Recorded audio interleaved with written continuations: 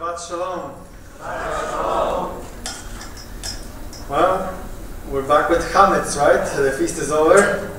Wonderful. But for the last two Shabbats, I was teaching about the two important subjects, very important convictions and practices that are found in Christianity, and that are being established there for ages, and they are not according to the scriptures. Number one that I was speaking about was the calculation and observing of Pesach, and especially the week of Yeshua's suffering, of his sacrifice, that commonly is being recognized in Christianity as a Friday, and so-called a Good Friday.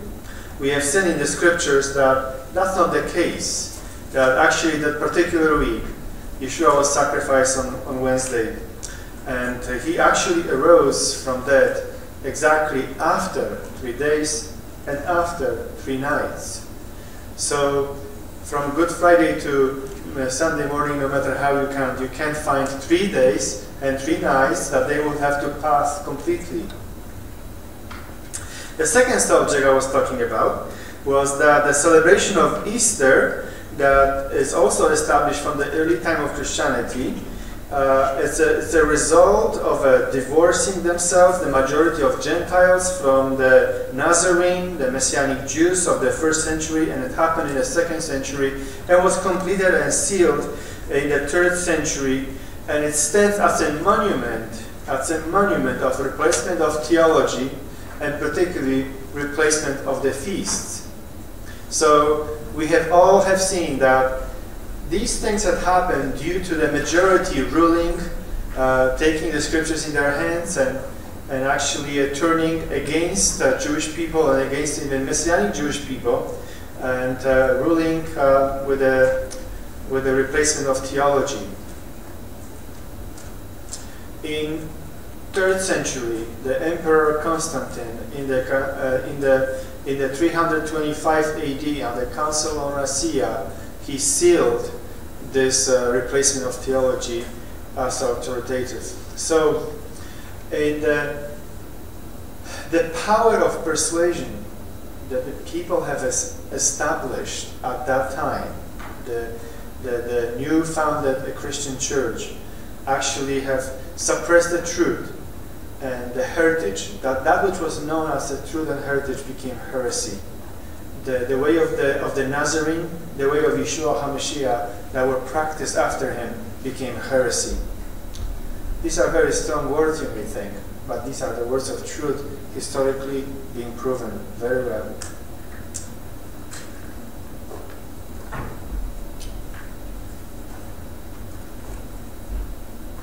Now, does it really matter? Does it really matter if we neglect and forsake the way of the truth that was in the 1st century? Is it okay to establish our own tradition?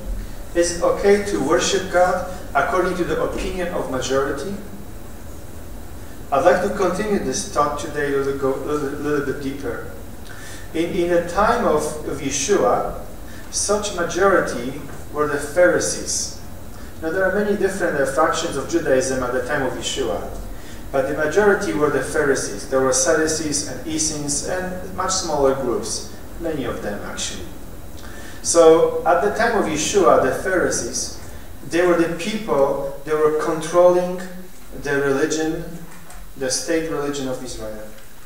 They controlled even the temple, how the rituals and things were happening in the temple. It was according to the Pharisees.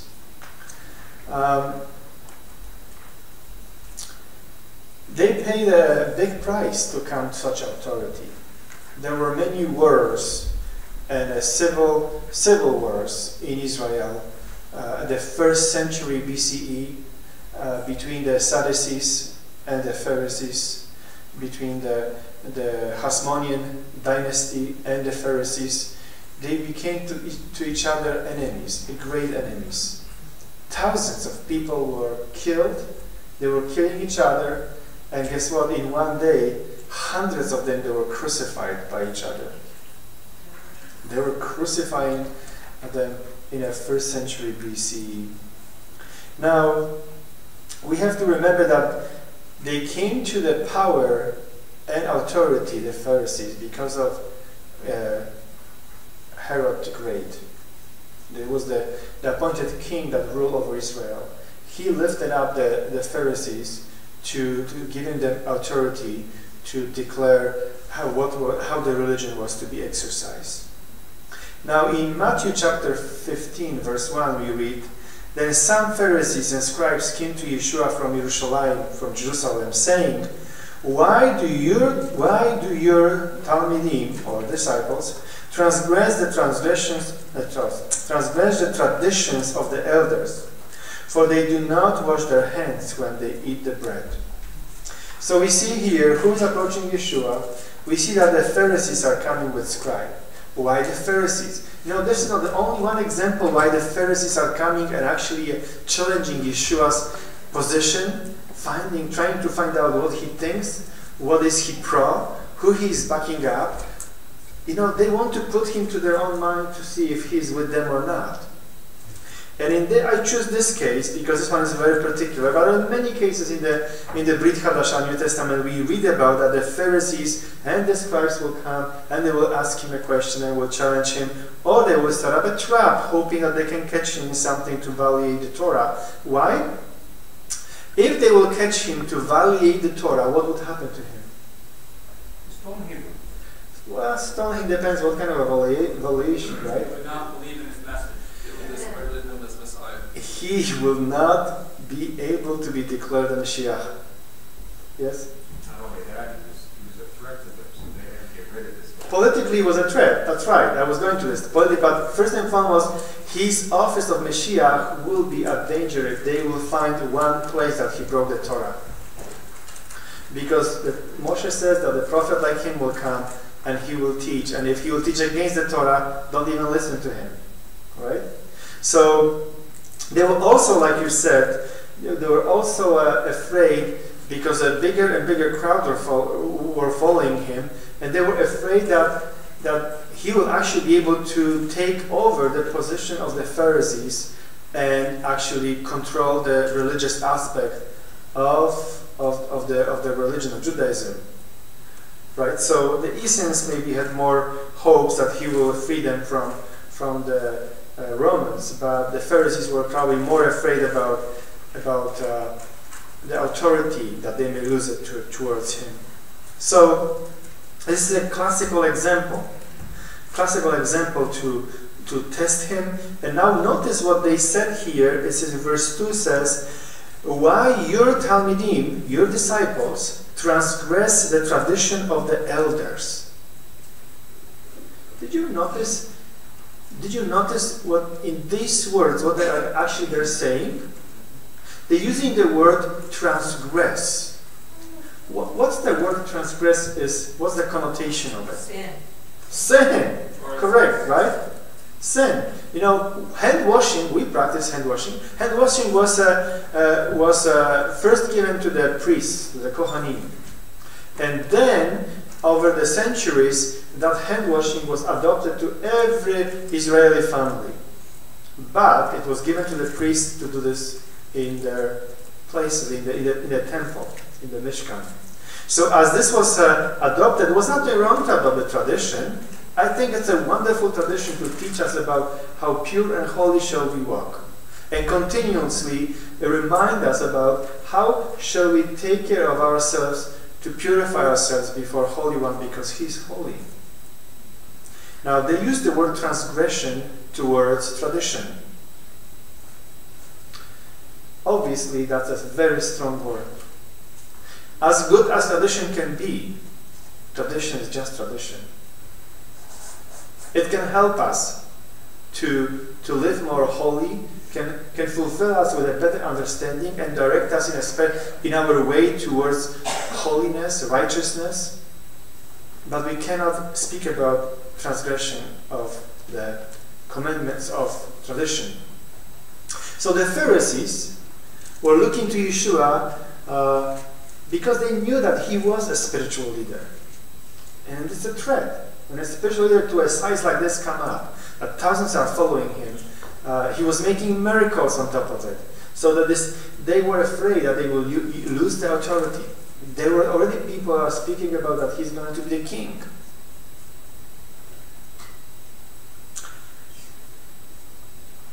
The Pharisees, over a time of the history, they have developed their many traditions. You know, after the destruction of the temple and after the destruction of Jerusalem, the Pharisees who survived the two wars, they actually transformed themselves to be the rabbinical Judaism of today. So when we speak about the rabbinical Judaism or Orthodox Judaism of today, we have to understand these are the people of the first century that actually survived the two wars, and they continue establishing more and more traditions, more and more of the oral law, oral Torah. Now, was the oral Torah binding or not? That became a huge question. Obviously, Yeshua was saying, no, it's not binding. He was not against the oral Torah, don't take me wrong. But he was not making it to be equal to the Torah and be binding or considered to be transgression of the law as a sin. Now, Yeshua responded to them in chapter 15:3, and he said, and he answered them and said to them, and why do you transgress the commandments of God for the sake of your tradition? These are huge words. I cannot imagine, can you put yourself in these shoes, and Yeshua speaking to you, why did you decide to transgress my commandments, but you choose over that, instead of that, your tradition? I hope you are with me in Matthew chapter 15, because we're just going to go very quickly through it. It's not my point to actually talk about this too much, but just as a reference for us to understand the topic that I'm trying to convey today.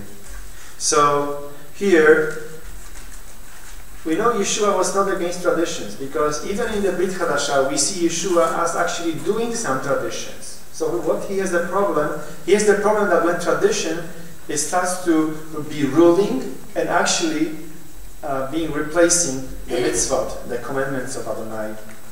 Now in this particular time, he is actually accusing them, the Pharisees, that due to their tradition, they actually have nullified the 5th commandment of the testimonies. You know, there is the 10 commandments of the testimonies, right? The so-called 10 commandments, there are testimonies. And the 5th one spoke about honoring the father and mother. So let us just quickly go through this, and we'll see Yeshua's position towards such a valuation. I'm going to start with verse 4, 15 verse 4. For God said, honor your father and mother, and he who speaks evil of father or mother to be put to death. But you say, whoever says to his father or mother, whatever I have that would help you has been given to God, he is not to honor his father or his mother. And by this you invalidated the word of God for the sake of your tradition. You hypocrites, rightly did Isaiah prophesy about you. This people honors me with their lips, but their heart is far away from me. But in vain do they worship me, teaching as a doctrines the precepts of men. So, that's strong words. Violating one of the mitzvot of the testimonies, Yeshua declared to them, you worship me in vain, you're hypocrites. Yet they were accusing the common people and his disciples of violating a tradition of men. What a weight, what a comparison. We see the same thing when we look to, for example, to the time when the Catholics gained the power and dominion over the Gentile believers that came to believe in Messiah Yeshua. They have established Easter. They have established all kinds of pagan customs with them. They even give it a name, like I said last message, that Easter is from Astarte. So even the pagan name was adopted to it, pagan traditions, and they removed the obedience that was given to the believers to follow and observe the Passover and the complete 7 days of Feast of Unleavened Bread. Though even it is written in the New Testament that they should observe, it was not good enough for them. They have their own agenda, their own tradition to nullify these holidays, to observe them. So, by removing the scriptures from a layman, from common people, they declare themselves to be the only authority to read the scriptures and to interpret the scriptures. That's very interesting, eh? Can you imagine if somebody will come around and says, you're not going to read any more Bible, and if you will read the Bible, we'll persecute you or even kill you. And that's what they have done, exercised for so many hundreds of years. Over about 1,000 years, they brought the Gentile believers to the age of darkness. In a time where the scriptures were read only in the Latin, not in the native language of the people, so they could not even understand the reading. So now the priest could translate to them the interpretation of what was read in Latin. You know, those of you who are more mature in age, you probably know that in the 60s, the Catholic Church were reading the scriptures only in Latin. And the liturgy was in Latin as well. So, I don't know about the reading of scriptures, but for sure liturgy was in Latin. I don't know if you know the reading of scriptures were in Latin or not. I don't remember now. But nevertheless, we know that it was forbidden. So when the Reformation entered to the world, in the end of the time of darkness, the Reformation entered to many countries. And that's why they couldn't control. At the beginning, they were persecuting them. They were trying to annihilate them in many different ways by sending crusaders to those countries and forcing them to submit to their authority and, of course, to the interpretation of these scriptures. So once they noticed that they could not defeat all of the reformators and the movements that were arising everywhere, especially in Western Europe at that time, it actually ended up to go through all the Europe, all the countries. They knew that they cannot defeat them. They cannot submit them to their authority. They figured out a new plan. The Catholics figured out that they're going to form ecumenism. You probably have heard about the word ecumenism. And it is under their authority, hoping to bring all of the Protestants who were Protestants under their own authority again. And they are doing very well, holding the Christianity together in the ecumenism for the same purpose. So different tool for reaching to the same goal. So until today, it's very interesting for the Protestants to know that until today, the Catholic Church declares that there is no salvation outside of the Catholic Church. So no matter how they welcome the Protestants to the ecumenism, they declare to them, to their faces, publicly, in their writings, that there is no salvation outside of the church. So what do we see here? We see the power of the majority, right? How do they become majority Catholics? By the sword. Not by a humble witnessing and sacrificing their life. By the sword, they've made many nations to be subjected to their authority. The kings, their armies, the political system had to bow down to them, or the Crusaders will come to their country. Poland, where I'm from, has a great history. In 12th century, Crusaders had entered to Poland, and if the king of Poland would not allow them to enter, there will be an annihilation of our people at that time, back then. So, we see the same situation now, let me switch this, in Judaism. The Orthodox Judaism, the rabbis, they also gained their own control and dominion, like I said before, over the Jewish people. In the time of Yeshua, they control everything. That's why they were challenging Yeshua, because they would not allow anybody else. And you know, Josephus says that after Yeshua's departure to heaven, his brother Yaakov, he was proclaimed through the people of Israel to be the tzaddik. I mean, you do not get this title very easy in Israel in the first century. Don't take me wrong. To be commonly recognized as a tzaddik, as a righteous man, that's a huge authority, spiritual authority, to be a tzaddik. Now, because of that, Josephus says that the authorities of Jewish people at that time, they were afraid that now he will be the threat, and his followers will actually do the same thing. What was the threat from Yeshua? So they execute him by pushing him down from the wall, from the temple wall, down, so they kill him. So everything was about the fear of losing authority and having dominion, authority over people. Now, as in Christianity, as in Catholicism had to face Protestants, right? And they had to deal with that. In Judaism, we have the same image. I mean, both of the religion, Catholicism and Orthodox Judaism, I see much similarities. I see how the Catholics were imaging them throughout their ages. But Judaism, we have to understand they have their own Protestantism as well. What's the Protestant? What's the Protestants for the Orthodox? Pardon? First and foremost are the conservative.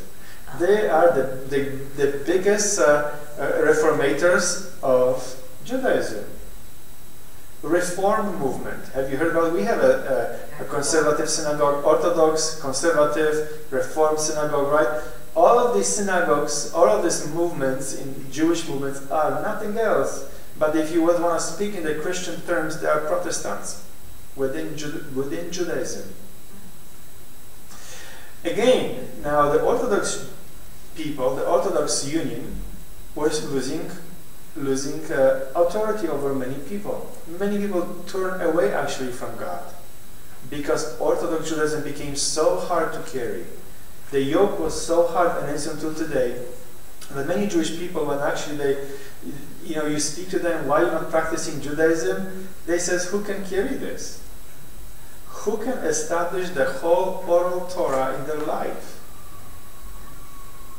So, nevertheless, we know that there are many, like a conservative, Reform, Reconstructionist, and so on. There are a few minor sects of Judaism that are still on the side of Orthodox to be the Protestants.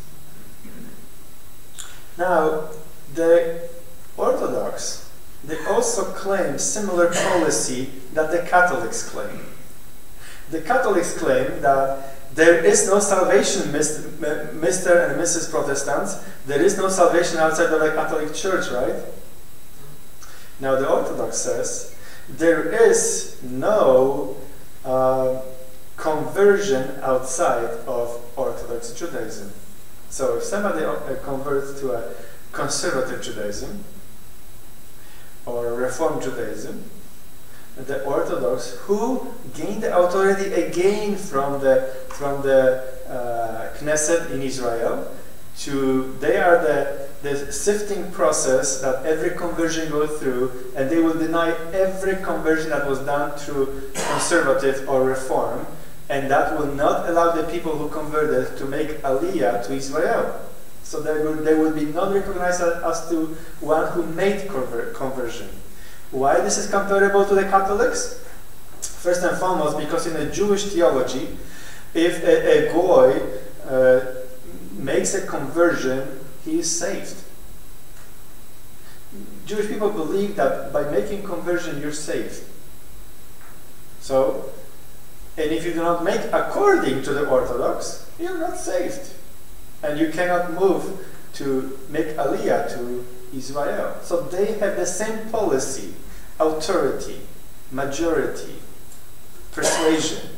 They actually have this given authority from government, from Israeli government. And now Israeli government realized that. That was a huge mistake, but it was constitution was protected them, but that time when they received the authority. So now it cannot be changed very easy, though they work hard on it to bring some laws around, that there be a different way of treat this situation.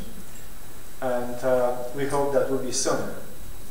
They realized also, the Israeli government realized Messianic Jewish people as a Jewish people, but again, because the constitution was given the authority to the Orthodox, nobody can go through it, no matter what.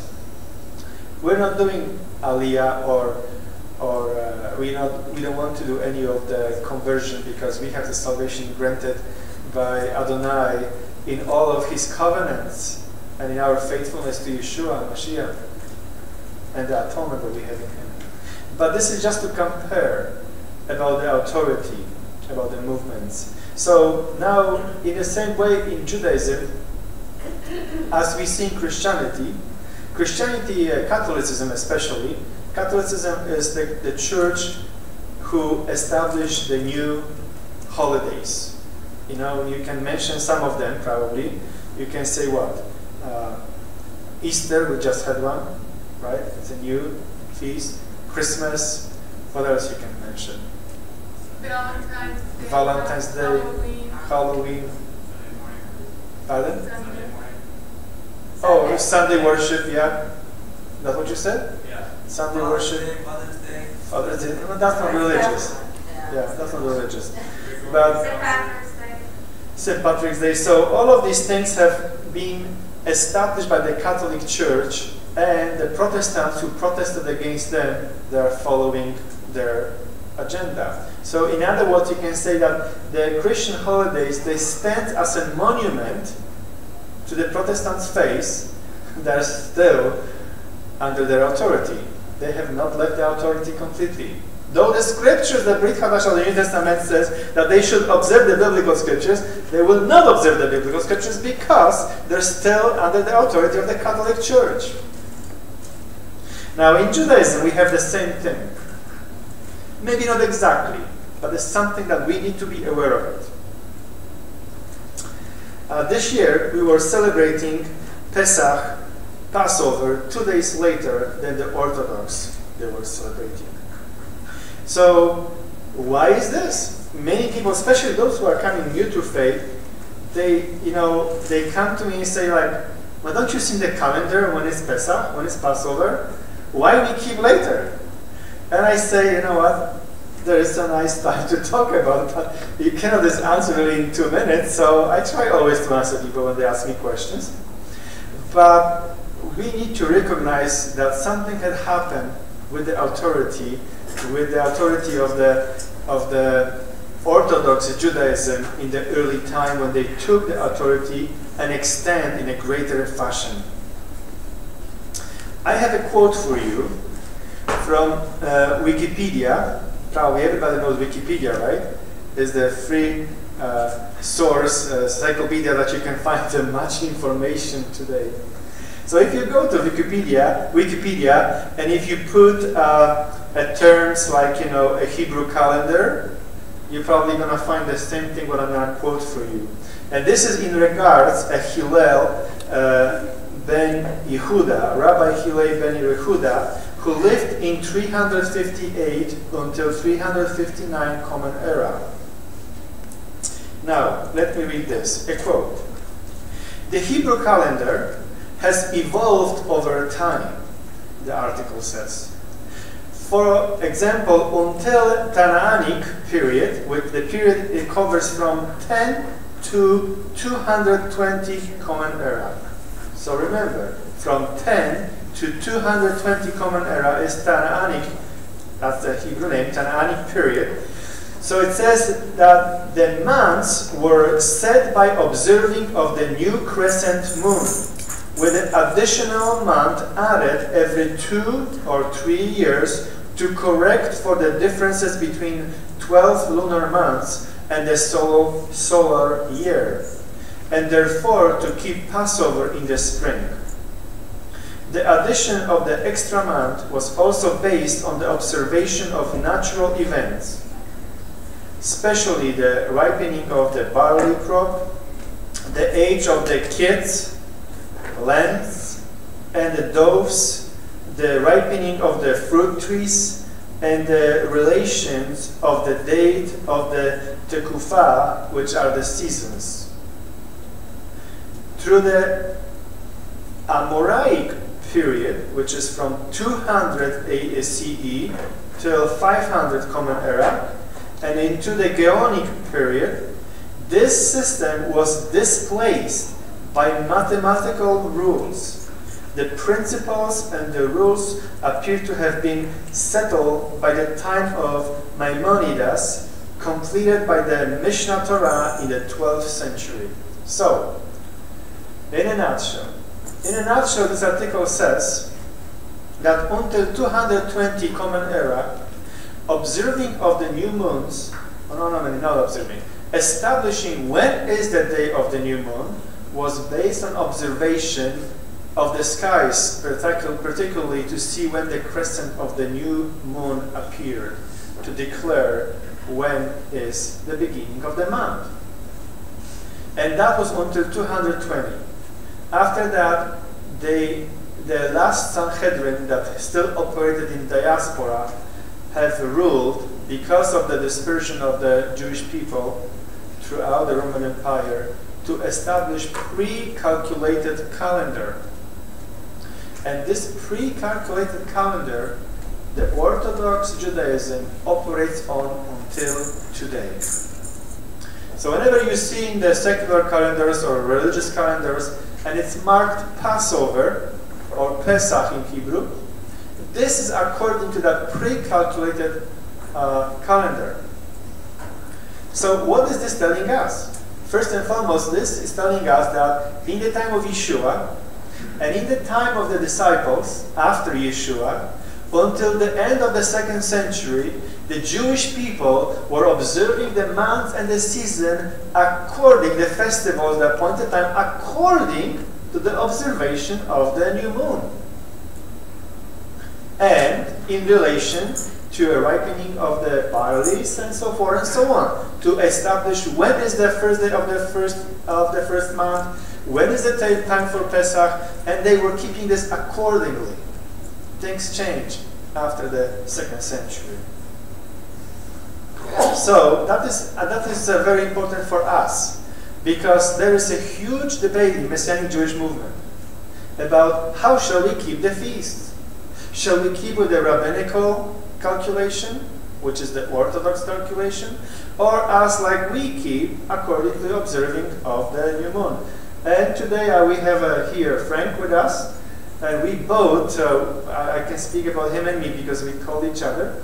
And Jen was calling me first, actually. She said, you know what, look at, the new moon is on the first day of the Aviv, you know. She says, look, the new moon is there. So we actually could observe through the window beautiful skies, and beautiful light sliver was on the sky, so we could see it, the sliver, and say, Baruch Hashem, blessed be your name, for now we are entering to the new year, to the first day of the month of Aviv, or so-called Nisan.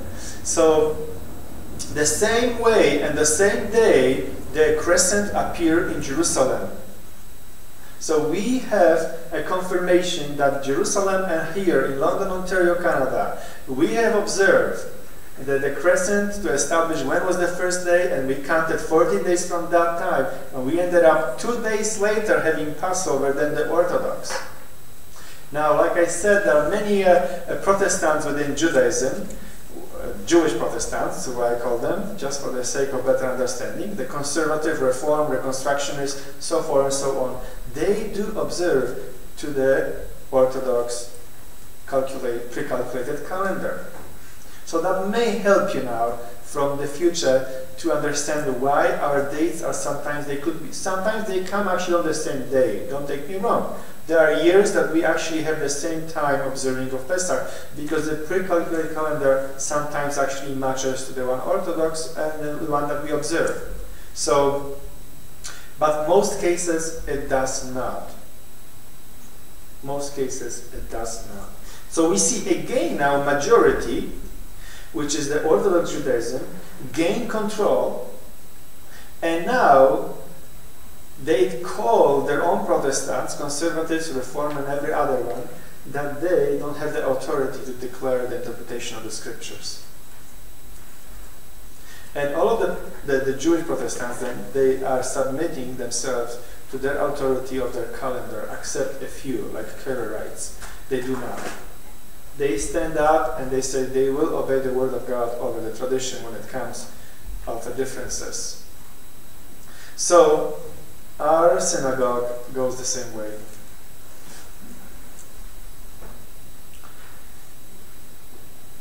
So why this is important? For example, there is another aspect to this. We're approaching next our holiday is, what's the next feast? Shavuot, Feast of Weeks, or known popularly by the Greek term as a Pentecost, right? So Feast of Weeks is coming. That means our celebration soon.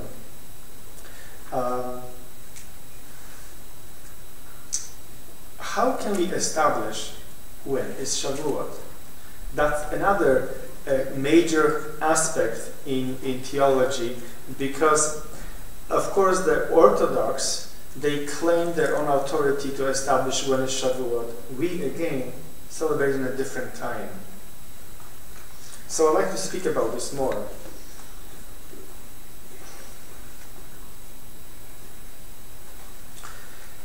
This year we were 2 days different, right? So today, for example, is April 6, 2013, and according to the rabbinic pre-calculated calendar, it is to be 26th of Nisan, or Aviv, and according with the appearance of the new moon, today is the 24th of Aviv, not 26th. According to the rabbinical calculation, today is the 11th day of Omer, and according to the appearance of the new moon, and also to our understanding of establishing counting of the Omer, we are on the 7th day of Omer. So between 11th and 7th, we have a few days difference, right? That is a little bit confusion to some people, like I said before. So again, this is a monument of historical struggle of ancient and today Judaism, and over the authority of interpretation, and to control the believers in Judaism, and exercise their authority, which is in the Orthodox Union. The power of persuasion of a majority. Now in Vayikra, which is Leviticus 23:11, we read, and he, which is Kohen, a priest, shall wave the sheaf before Yahweh for you to be accepted on the day after the Shabbat. The priest shall wave it.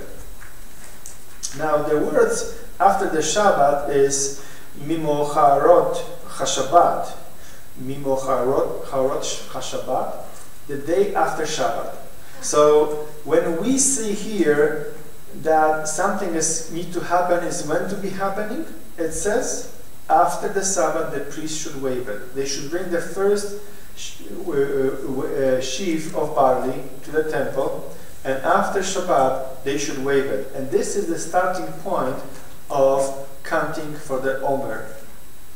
Omer, it's a sheaf, so counting for the sheaf, the 50 days of Omer. In Vayikra, Leviticus 23:15, we read, you shall also count for yourself from the day after the Shabbat, from the day when you brought the sheaf of the wave offering, there shall be 7 complete Shabbats. 7 complete Shabbats.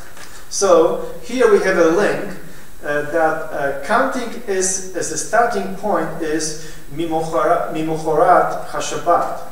After Shabbat is the point of starting to calculate. Now, whenever the word Ha is in front of the word, it's called the definite article. It applies. What's the? Can you start by telling me what definite article is all about?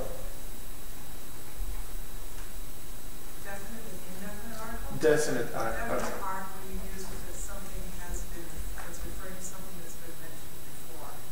Okay. Would be is just So if it's a the Sabbath, it Something means specific. specific. If I say the table, then Right. compare this one table. When it's the table, is this not any other, right? When I say a table, could be this table, could be the one on the back. Right.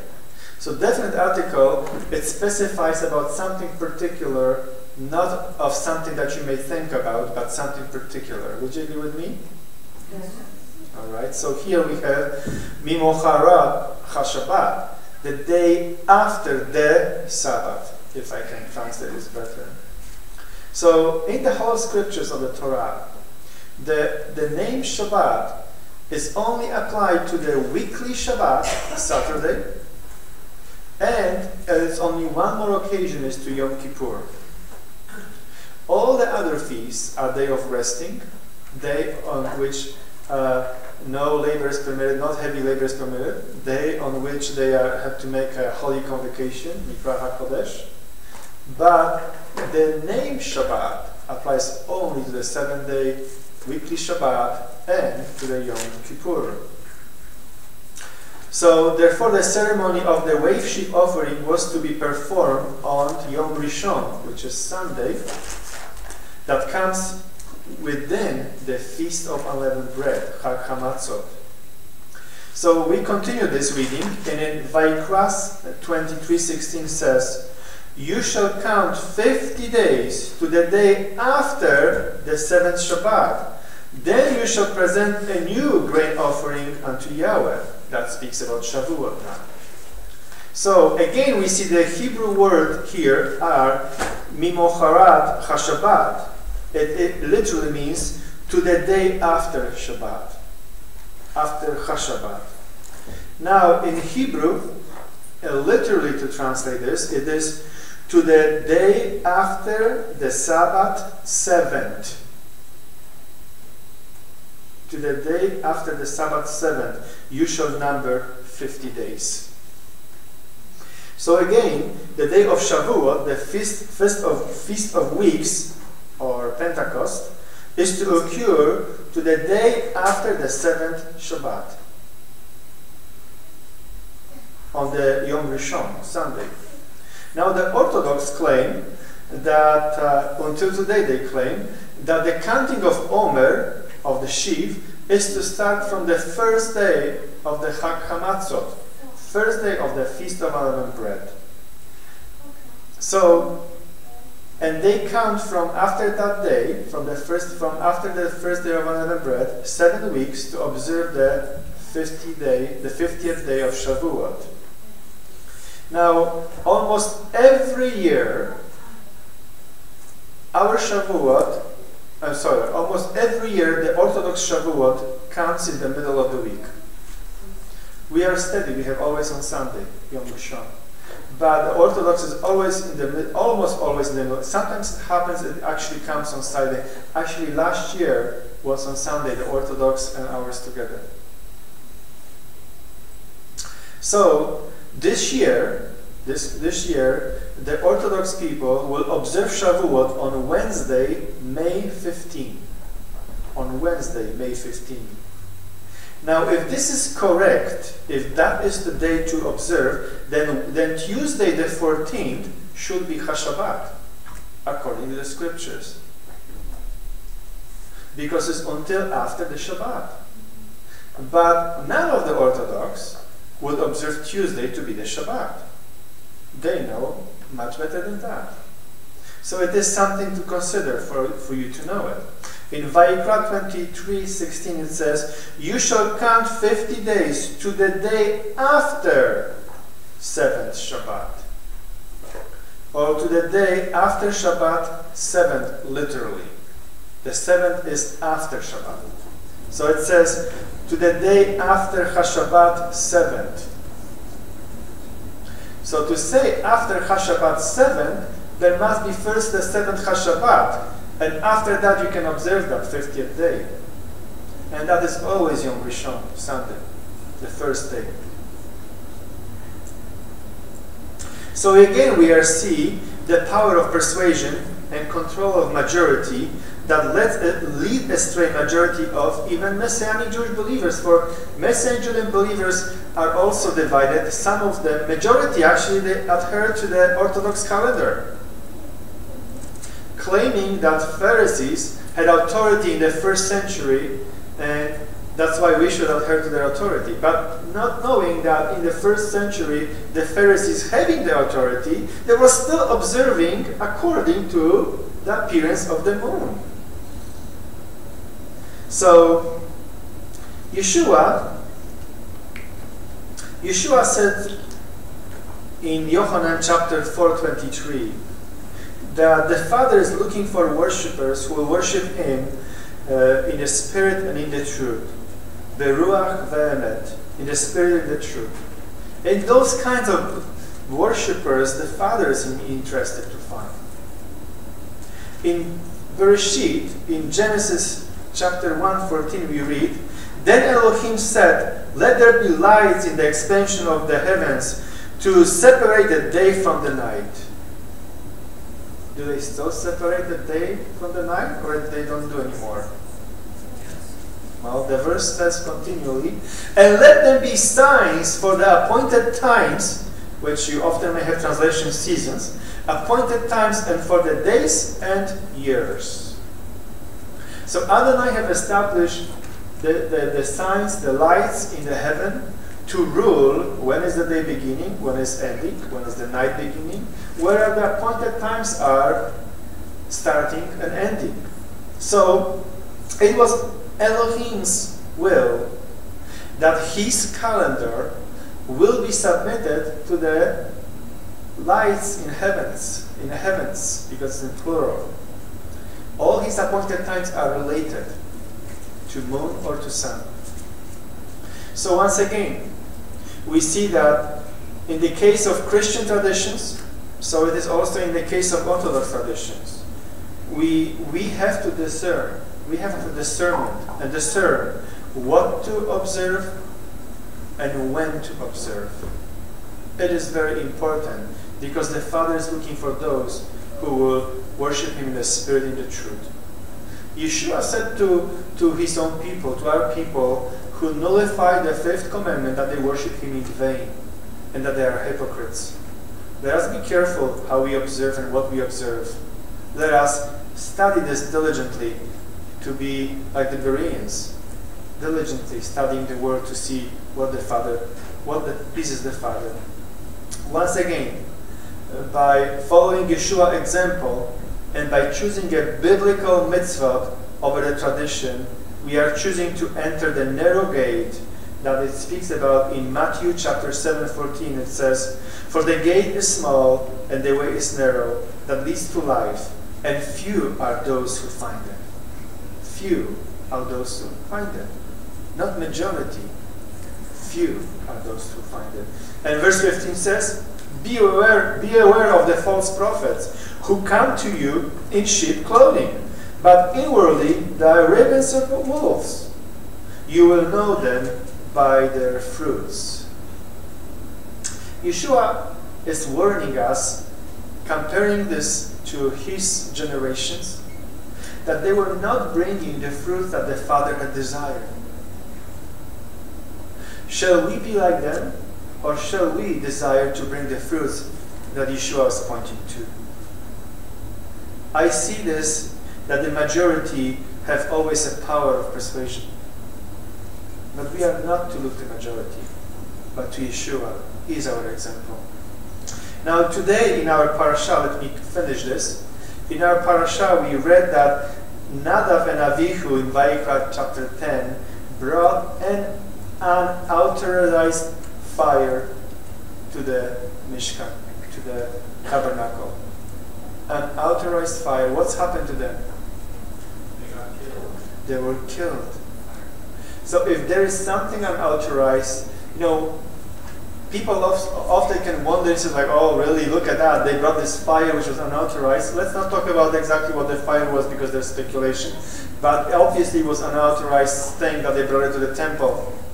For what purpose? To worship God. Now Yeshua speaks that they have nullified the first commandment. For that reason they worship Him in vain. Is it the same message or is it different between those two events? Now, let me finish with Maaseh HaShlihim, with the book of Acts, chapter 10:35. We read this today as a part of our Brit Hadasha reading. And it says, but let me start with 35. Then Kepha addressed them, I now understand that God does not play favorites. He came to understanding that God does not play favorites. 35 says, but whoever fears him and does what is right. Did you hear that? Whoever fears him and does what is right is acceptable to him, no matter what people he belongs to. Brothers and sisters, may you do whatever is acceptable to him in fear and in righteousness. Be blessed. Let's pray. Arise, please.